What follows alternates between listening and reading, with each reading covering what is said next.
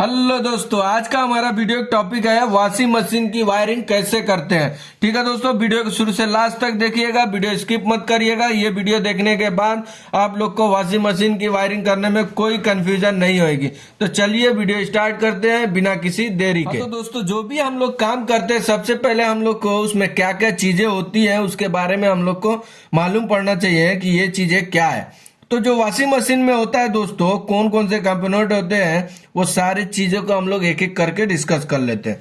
ये जो हमारा होता है वॉशिंग मशीन में, फर्स्ट वन जो है वो हमारा है स्पिन टाइमर। और ये स्पिन टाइमर क्या होता है दोस्तों, जो हमारी स्पिन मोटर है, जो कपड़ा सुखाने वाली जो मोटर है, उसके ऊपर एक स्विच जो लगा होता है दोस्तों, जो सेलेक्टर स्विच लगा होता है, वो हमारा होता है स्पिन टाइमर। डोर स्विच क्या होता है दोस्तों, तो डोर स्विच वो है जो हम लोग स्पिन मोटर जिसमें हम लोग कपड़ा डाल के सुखाते हैं, उसका ढक्कन जब वो खोलते हैं दोस्तों, उस ढक्कन में भी हमारा एक स्विच लगा होता है।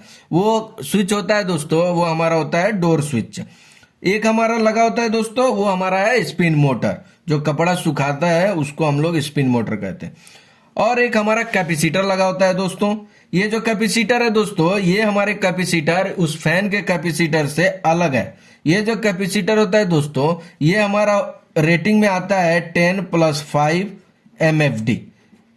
MFD मतलब माइक्रोफेरेड।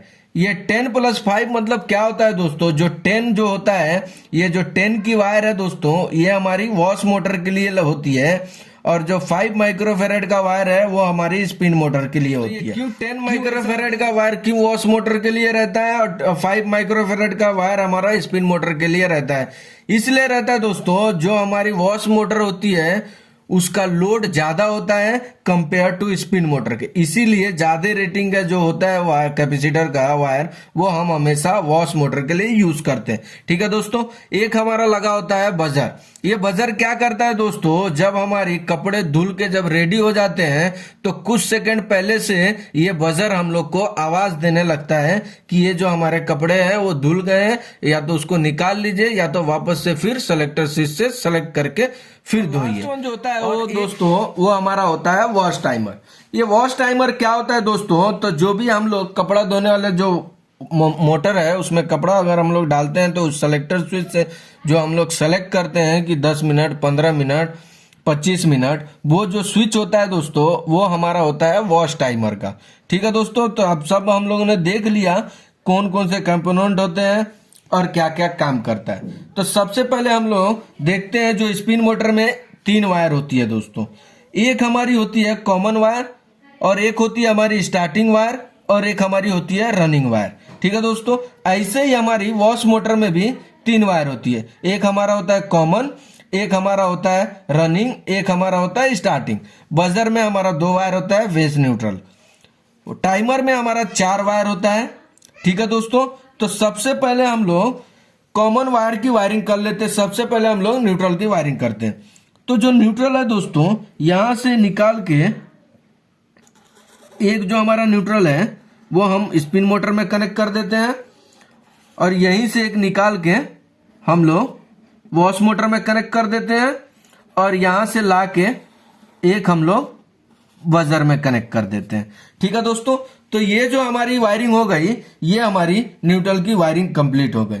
अब हम लोग फेस की वायरिंग कैसे करते हैं दोस्तों, तो फेस की जो वायरिंग करेंगे हम लोग उसकी वायरिंग डायरेक्ट मोटर में लाके कनेक्ट नहीं करेंगे।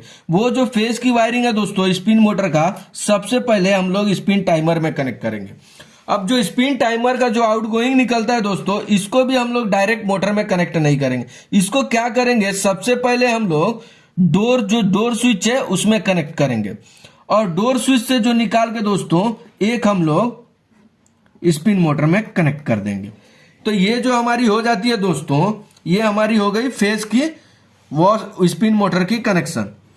और जो ये हमारा 2 कैपेसिटर का जो 2 वायर है दोस्तों, जो 5 माइक्रोफेरेड का है, उसको हम लोग दोनों को ला के हम लोग इस मोटर में स्पिन मोटर में कनेक्ट कर देंगे। ठीक है दोस्तों, ये कनेक्ट कर दिए। जो दूसरा हमारा बचा है दोस्तों, इसको भी हम लोग ला के जो 10 माइक्रोफेरेड का जो वायर है, जो साइड का वायर है 2, उसको हम लोग ला के वॉश टाइप माइक्रोफेरेड का वायर है उसको ला के हम लोग वॉश मोटर में कनेक्ट कर देंगे। ठीक है दोस्तों, अब हम वायरिंग करेंगे वॉश मोटर की। तो अभी हम लोगों ने देख लिया सब, अभी जो हमारी स्पिन मोटर के साइड की वायरिंग है वो पूरी कंप्लीट हो गई है दोस्तों। अब जो हम वायरिंग करेंगे वो वॉश मोटर की वायरिंग करेंगे। तो वॉश मोटर की जो वायरिंग करेंगे, आप स्विच से इसको लूप नहीं करिएगा, क्योंकि इसको हम लोग को डायरेक्ट चलाना है। तो यहां से एक फेज उठा के हम लोग सीधा एक जो वॉश टाइमर का जो फर्स्ट वन पॉइंट है दोस्तों उसमें कनेक्ट कर देंगे। ये जो हो जाता है दोस्तों, उसके बाद से जो हम लोग का जो दूसरा वायर है दोस्तों, वो हम लोग इसकी स्टार्टिंग वाइंडिंग में, रनिंग वाइंडिंग में कनेक्ट करेंगे। ये हम लोग रनिंग वाइंडिंग में इसलिए कनेक्ट करते हैं दोस्तों, क्योंकि आप लोग देखिएगा जो हमारी वॉश मोटर होती है वो कभी उल्टा घूमती है तो कभी सीधा घूमती है। इसीलिए जो हम लोग का वॉश टाइमर का जो स्विच होता है उसके हम लोग एक वायर को ला के रनिंग में कनेक्ट कर देते हैं, और जो दूसरा वायर आता है दोस्तों उसको हम लोग ला के उसकी स्टार्टिंग वाइंडिंग में कनेक्ट कर देते हैं। तो ये क्या होता है दोस्तों, कुछ टाइम ये क्लॉकवाइज घूमेगा, उसके बाद से कुछ टाइम वो एंटी क्लॉकवाइज घूमेगा। जो लास्ट वन जो बचता है दोस्तों इस टाइमर का, उसको हम लोग ला के बजर में कनेक्ट कर देंगे। ये क्या होता है दोस्तों, जब भी हम लोग इसमें टाइम सेट करेंगे, ये कपड़ा धोने के लिए हम लोग जब भी इस सेलेक्टर स्विच से कुछ भी टाइम सेट करेंगे, 10 मिनट 15 मिनट, मान लेते हैं हम लोग 10 मिनट सेट किए, वो 10 मिनट क्या होगा दोस्तों, जो हमारी ये जो दो वायर है इसमें एनओ और एनसी ये इंटरचेंज होते रहेगा। कभी एनओ होगा कभी एनसी होगा, कभी एनओ होगा कभी एनसी होगा। तो ये एनओ एनसी जो होता है दोस्तों, उसी सिचुएशन में हमारी जो मोटर है, समझिए अगर हमारा इसमें हमारी पहले सप्लाई आ रही है, कुछ टाइम बाद हमारी सप्लाई इसमें चली जा रही है, कुछ टाइम बाद हमारी सप्लाई इसमें आ रही है। इसीलिए ये जो मोटर होता है दोस्तों कभी उल्टा घूमता है तो कभी सीधा घूमता है। वो घूमने का काम होता है वॉश टाइमर के थ्रू ही वो उल्टा सीधा घूमता है।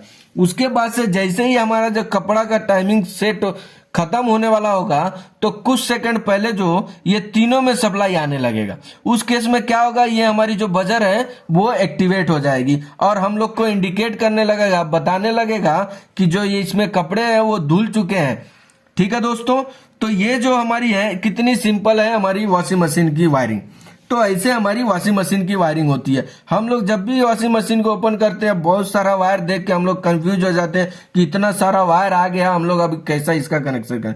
तो इसका कनेक्शन बहुत ही सिंपल है दोस्तों। तो आई होप कि इस वीडियो में आप लोगों ने जरूर कुछ ना कुछ सीखा होगा।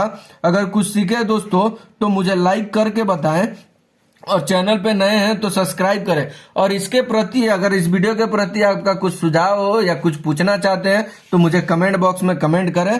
Thank you.